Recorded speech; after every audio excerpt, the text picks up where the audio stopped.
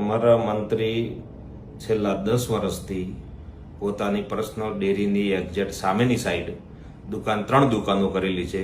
એમાં ખોણ પાપડી બધું પોતે વેચે છે, પશુપાલકોને આપે છે.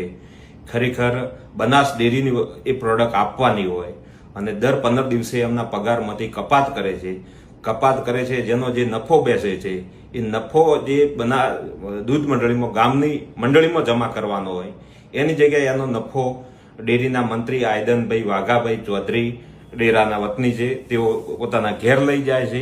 આ બધી વસ્તુ બનાસ ડેરી જાણે છે કે નથી જાણતી, કે પછી બનાસ ડેરીને આ માણસ અંધારામાં રાખે છે કે બનાસ ડેરીનું તંત્ર એમની દાબમાં છે, એ વાતની ખબર પડતી નથી. ઘણા સમયથી છેલ્લા 10 વર્ષથી આવું ચાલે છે. પાપડી, જીરાળો, બધું જે મકાઈની બરડો, જે વસ્તુ બધી જે ખાંડની આવે છે એ વેચે છે. ડેરીની એક્ઝેક્ટ સામે એમની 3 દુકાનો છે, એમાં વેચે છે. બનાસ ડેરીનું તંત્ર સત્વરે એમાં પગલાં લેવામાં આવે.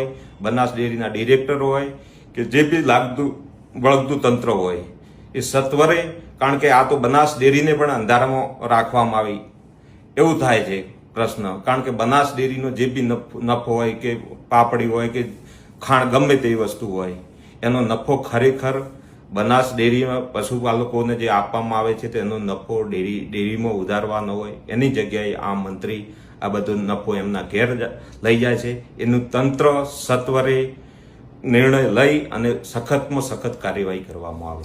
તો મંત્રી ડેરીમાંથી ખોણ પાપડી અને જીરાણાનું વિતરણ કરતા નથી, પોતાની પ્રાઇવેટ દુકાનમાં વિતરણ કરે એવું થાય છે. હાજી. અને તો પગાર જે આવે છે તો પગાર કઈ રીતે કાપવામાં આવે છે? પગાર દર 15 દિવસે આવે છે. આ લોકો જે બી પશુપાલકો છે, ભોળા પશુપાલકો છે, એ ખાંડ લઈ જાય છે અને એમાંથી કાપવામાં આવે છે. એનો નફો થેલીએ 100 રૂપિયા, 150 રૂપિયા, 200 રૂપિયા જે બી હોય એ આ મંત્રી લઈ જાય છે. બરોબર. એમાં ડેરીને નુકસાન થાય છે, ગામની ડેરીને નુકસાન થાય છે, બનાસ ડેરીને પણ નુકસાન થાય છે. ખરેખર વાસ્તવમાં તો બનાસ ડેરીને પણ નુકસાન થાય છે. એટલે બનાસ ડેરીને, કારણ કે પશુપાલકોને તો જે ભાવમાં બજારમાં મળતું હોય એ ભાવમાં ગામમાં મળી રહે એટલે પશુપાલકોને તો કોઈ પ્રોબ્લેમ ના હોય. પરંતુ જે પ્રોડક્ટ બનાસ ડેરીએ વેચવાની હોય અને બનાસ ડેરીમાંથી જ એનો પગાર કપાવવો જોઈએ. જો બનાસ ડેરી માલ વેચે છે તો બનાસ ડેરી પોતાના ગ્રાહકના ખાતામાંથી પૈસા કાપી શકે, પરંતુ જો બનાસ ડેરી ગ્રાહકને માલ નથી આપતી અને કોઈ પ્રાઇવેટ વ્યક્તિ માલ આપે છે તો ગ્રાહકના ખાતામાંથી સીધી રીતે મંડળી પગાર કાપી શકે નહીં. બનાસ ડેરીના પ્લેટફોર્મ ઉપર આ આમણે ધંધો આદર્યો છે. કહેવાનો મતલબ કે બનાસ ડેરીના પ્લેટફોર્મ ઉપર એમને પોતાની પ્રાઇવેટ દુકાનો કરી અને માલનું વેચાણ કરે છે અને એનો બારોબાર નફો એ લઈ જાય છે. ખરેખર આ નફો ડેરીની મંડળીમાં જમા થવો જોઈએ.